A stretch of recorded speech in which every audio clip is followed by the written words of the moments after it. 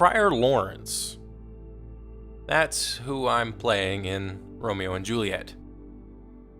I'm playing a part in Romeo and Juliet.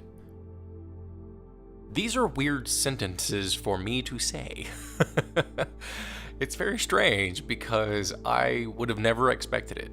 In fact, I didn't expect it. I went into the audition not thinking I would get anything. My instructor believes the hell out of me. She almost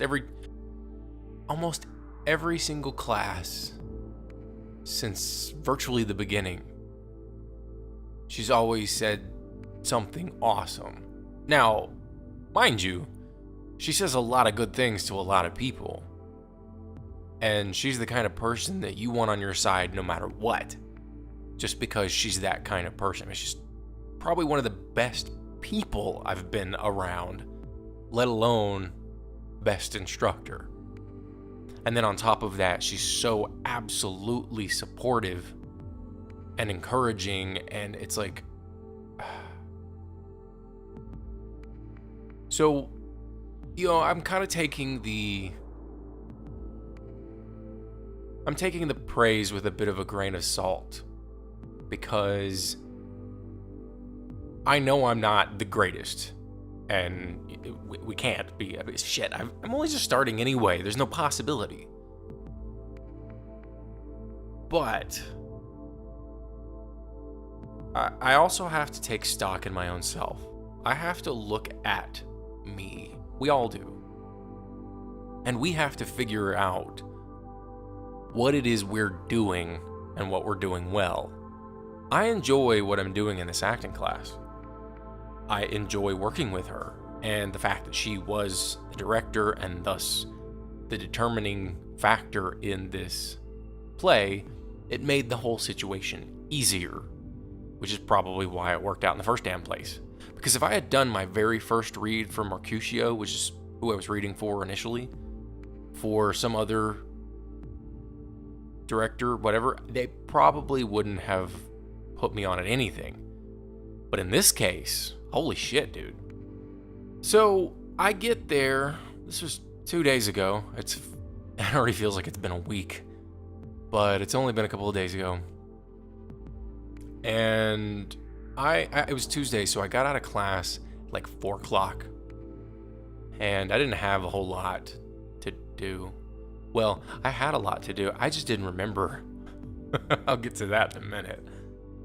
Just like 4 o'clock, and I get to where we're going to be at for the auditions, and they happen at 7:30. So I've got just over 3 hours left. My thought was I was going to go over there, and I was going to watch the 1968 Zeffirelli Romeo and Juliet, sort of as inspiration.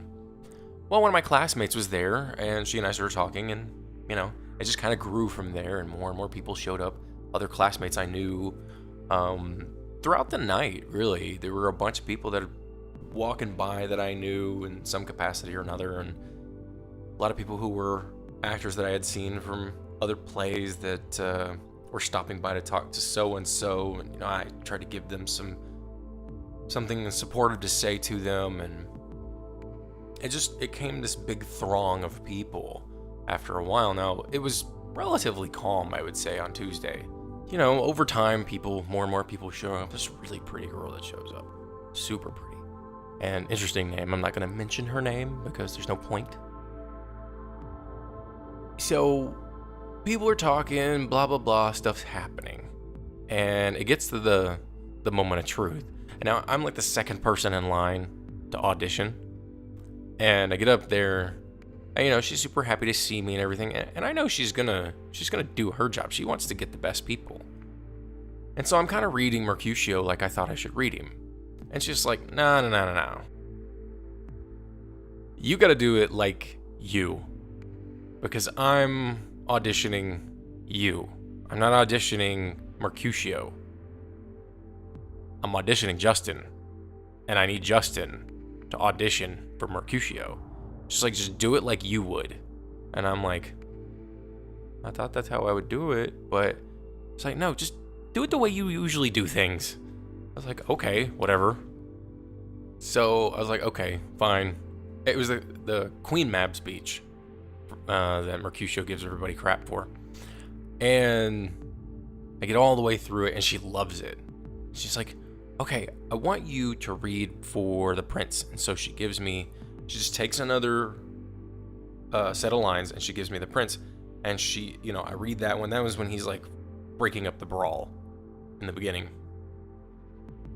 And that one was fun to play. And let's see, because I read that, and apparently she liked that so much, she's like, okay, now this is what I want you to do. I want you to go read Friar Lawrence, but it's a little bit more difficult, so I'll give you some time to just, you can take your time, you can go out in the hall and practice whatever you got to do. I was like, all right, cool. I start reading it, and I'm like, what the hell? Holy shit, he says a lot of hard stuff to say. Damn it. And so I'm out there, and I'm probably out there for maybe another 30 minutes. And mostly I'm not reading it. I'm mostly talking to people, because that's just how I that's how I calm myself down. And there's a lot of people who, the way that they'll do it is just to beat it in their head. But I think, at least for me, doing that, it makes me a nervous wreck. It makes me less comfortable in my own skin. And so I didn't really enjoy doing that, because it just made me focus too much on it. And I didn't want to focus on it. I wanted to just I wanted to let myself decide when to say these words to myself. And at one point, her assistant director, who's standing outside making sure nobody goes in and, trying to keep everything in order, she asked me if I'm ready, and I'm just like, yeah, why not?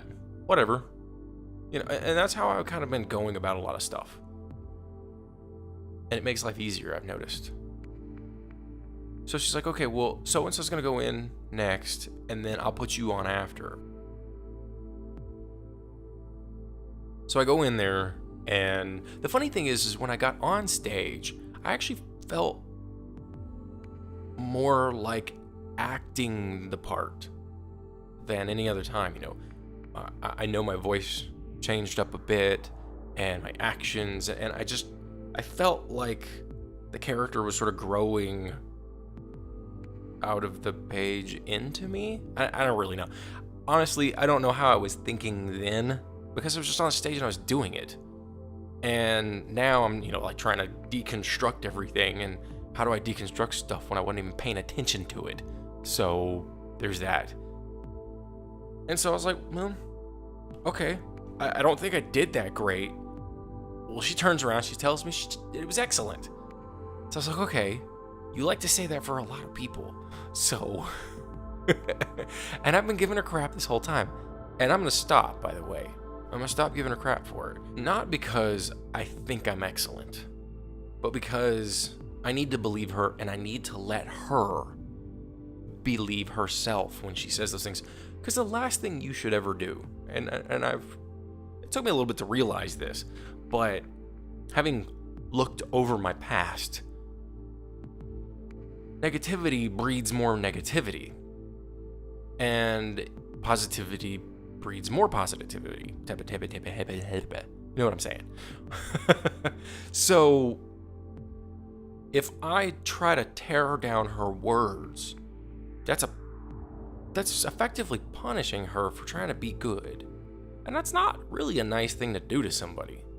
It's like, it's okay to do it like one or two times. You're all humble and shit. And if you're legit humble, it's another thing if you're trying to like downplay the importance for whatever reason, whether it's because you're insecure, what have you. And so it's like, okay, she's been in the business for a while. I should probably listen to her. Keep it reserved. Don't let it go to my fucking head. But try to listen to her and appreciate that what she's saying to her is the truth. And it's only fair that I allow her to continue to do stuff like that if it's true, and as long as I continue to do whatever the hell it is I'm doing. So, shit, I gotta send her an email. Oh, anyway. go and do a play together on Sunday. I don't know how many other classmates I've got going. Whatever. So she says it's great, the Prince, and then she's like, okay, now I want you to read for Capulet. And I was like, okay, cool. Because like Capulet's kind of one of the characters I would think of doing if I was going to do it. And so she gives me the paperwork. I go back outside. About another 20-30 minutes goes by. I was only there for about, I think, 2 hours maybe. I think it started at 9. I think we left at like 9:30 total. Because I think it technically ended at 9. I just stuck around because I was like hanging around her and the people I was hanging around with. So I go outside, do the thing, come back, and she loves my Capulet. And this was the one where it's like, first he's like introducing people as they're coming in. It's like, ladies, gentlemen, I can't remember the words, blah, blah, blah. And then the second half that I did, it wasn't the entire conversation, but it was sort of the initial 2 big chunks when he intercepts Tybalt, and she loved those too. And I'm like, okay, what the hell is my part? And after that day was over, she's like, look, you're in this play. I just got to figure out where I'm putting you. I'm like, okay. And yet, there was something still not comforting about it. And I think it was just because of the lack of certainty. It's like, okay, that just means we got to figure out who all the people I'm not playing effectively. Because what if somebody else reads better and so on and so forth? Well, what then happens if somebody reads all of them better? You know, she says I'm in the play, true, and I would hold that to her. I definitely would. I give her crap for it. But at the same time, it's still her work. It's still her decision altogether. In the end, that's her, and that's it. And I got nothing I can do. So, I'm still a little, like, weirded out by the whole situation. I'm floored. Like, in many ways, literally and figuratively. Spent most of the rest of the evening sitting on my ass in that hallway. And the really pretty girl, she called me charismatic. That was a nice compliment. And the AD called me enigmatic, which I'm like, I didn't know I was a mystery. That's interesting. I thought I was a fucking open book. Like, pages strewn out all over the damn world kind of open book. But anyway, I digress. So yesterday comes and goes, class-wise. Now, when I was in my art class, at the beginning of it, she mentions, like, the homework that we had, and I was like, oh yeah, we had homework. I totally forgot. And she's like looking at me all upset. I'm like, look, I didn't intentionally not do it. I'm not telling you I forgot because I'm trying to make excuses or anything. I literally forgot because it was nowhere inside of my head. And it's true. I mean, I don't know when it disappeared, but throughout the whole weekend, from Wednesday to Monday to Wednesday. So it was only 2 days. So between those 2 days, I remembered squat. Now, granted, it was only just 2 of these weird little gradient things that we had to do. And I just forgot to do them. It sucked. She's a little frustrated with that. And I told her about the audition. She's just like, well, do you know what part you got? I'm like, no, not yet. But I'm supposed to be in the play, so we'll find out. So I think in a way, that was somewhat excusable. Because it's like, at least I was doing something that was like trying to be productive. It's not like I was out drinking or something. I don't have any friends to do that with, so whatever. I mean, I kind of do, but I also don't have the money to be doing that. And I'm trying to lose weight, so I'm trying to avoid drinking too much. Is that stuff has a lot of calories in it, man. And I'm not drinking diet. Fuck diet. I have avoided diet shit most of my life. And the only reason I have gained weight, mostly, is because of shitty food, not diet food. So I'm just changing my food. I'm also changing the subject, but nevertheless, you know how it is. These thoughts, they meander. I wonder why the podcast is titled as such. I don't know anymore. Anyway, so after class on Wednesday, yesterday, I have, what was it? I think it was going to start at 5 for the auditions. And I'm thinking, and she says, I think she said, okay, the only callbacks we're going to have for are Romeo and Juliet. I'm like, okay, that's cool. But I forgot we had like legit auditions too. I was like, all right, whatever. Well, I was like the first person on stage today. I read a different portion of the Romeo Friar meetup. It's one where he's basically telling him, dude, everything's cool, man, And Romeo is starting to get all like whiny and bitchy. And that's before the one because the one that I read the day before was the monologue that the friar had was like, look, why you acting like a little bitch? You got all this shit going on. You killed Tybalt. He's out of your way. And Juliet's married to you. And you're not gonna die. Well, the other one is more of a, shit, I think you're in trouble. Hide. He's like, no, I don't want to hide. I'd rather die. I was like, okay. Yeah, I could see myself getting fucking pissed off at somebody doing this.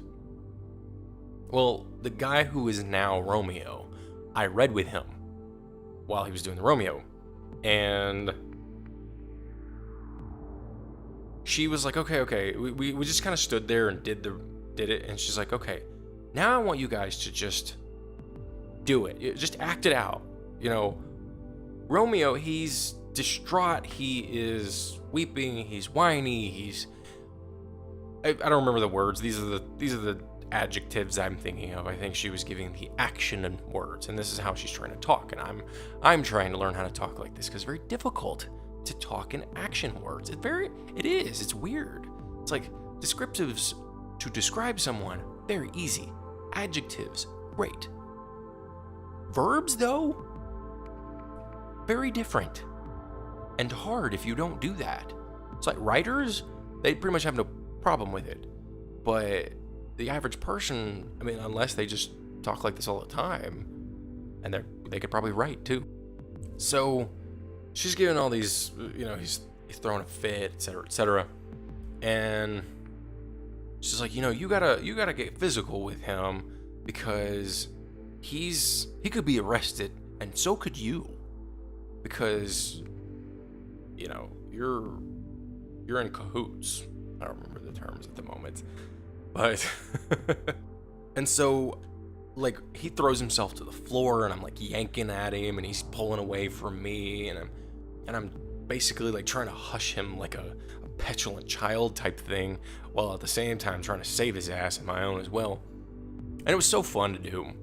And she loved that performance. And then later she had me read Capulet with intercepting Tybalt, but it was the whole situation between the two of them, at least based on the paperwork that we had.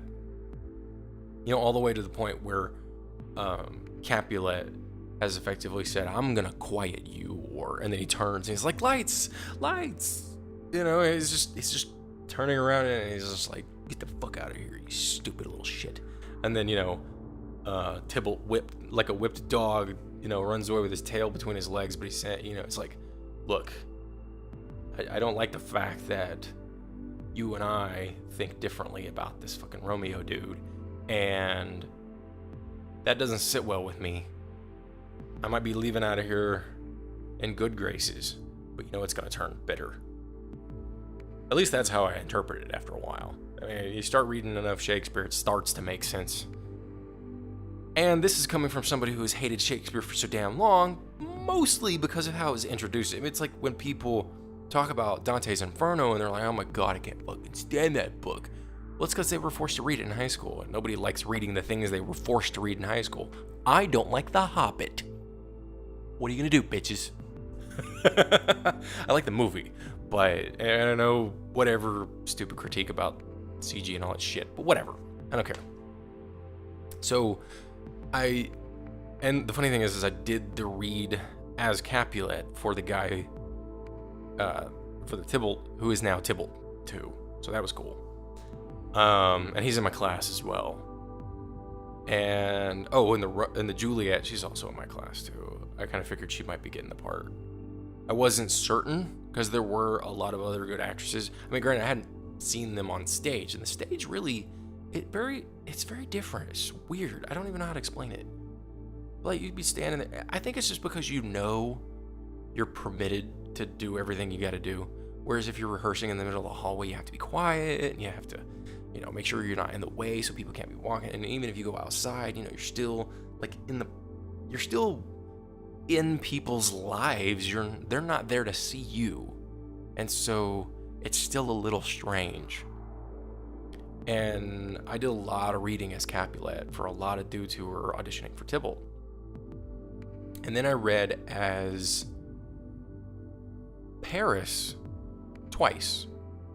One, it was with the guy that is now Capulet. And that was the scene. It was very short. It was when he was basically saying, hey, I could marry Juliet, and Capulet's, he's a bit reluctant. He's saying, well, she is pretty damn young. And, Paris is like, well, true, but there's a lot of girls out there that are even younger that are wives. And then Capulet's like, well, yeah, I know, but they aren't necessarily the best wives in the world either. And it's funny because it's like being as, I don't know when Shakespeare was written, but well, he wasn't written because he was the dude who wrote it. You know what I mean? Shut up. But as far back as it was, I mean, it's interesting to know that there were people who understood the concept of like maturity in having a sort of, and having age associated with. I mean, I guess in a sense that's why we live in the world that we live in, and why people say, oh, well, you're old enough to make decisions for yourself now that you're 18, when most 18-year-olds would probably disagree. Or actually, no, they would disagree. They would agree, but they aren't ready most of the time. There are some 18-year-olds that are out there pretty damn mature. And the girl that I was super attracted to, she's like 20. And I was like, wow, very mature for your age. Also young. Too young because you're not old enough to drink with me. And that's kind of a necessity. If I want to be in a relationship with somebody, I want to be able to drink. And not like, hey, let's go get drunk. Because we're already drunk for some reason. I just like to have a drink every now and then. I want to be able to share. And that's also why I would like somebody who actually likes to drink too.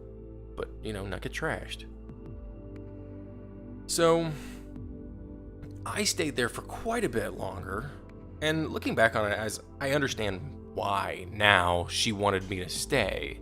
Because she needed me to read with other people, and apparently she liked me reading. Because she wanted to put me in a damn play. So I was like, okay, that's cool. I'll go ahead and do that. And I stuck around all night. So the audition process last night was 4 hours long, not an hour and a half. I left around 10, I think. Stuck around because I was so exhausted. I just didn't want to get on my bike. And I knew I was going to be in her class today. I was like, well, I might be late. I probably won't be late because I don't like being late for her class. And on top of it, we had to work together with my group. Oh, God. He needs to email me. Classmate. Anywho. Finished that all that up, and I was just like dead beat. But I was also really hungry. So I was like, I want food. Kind of want a beer. I'll go to Blaze Pizza and get a pizza and a beer. Got some pizza. It's what is it? The spicy red sauce with chicken and bacon and goat cheese with like half. It's like 2 parts goat cheese, 1 part mozz, shredded mozzarella. And what else is on there? Got some garlic, chopped garlic. I tried the like roasted garlic, but it's like a whole clove, and that's a lot of garlic to eat all at once. Found that out the first time I ever went up there. I was like, no, I'm not doing that anymore. I like garlic. I don't like garlic that much. And what else? Oh yeah, banana peppers. I like a little spice of my food. Salt, oregano, and then once it's done, I got some pesto drizzle. That was good. I had Angry Orchard apple cider. The first time I did this, it was delicious. I was like, I'll try this again. It's delicious. Angry Orchard is so damn good. I'm gonna have to start looking into some ciders again, or some now, not again, because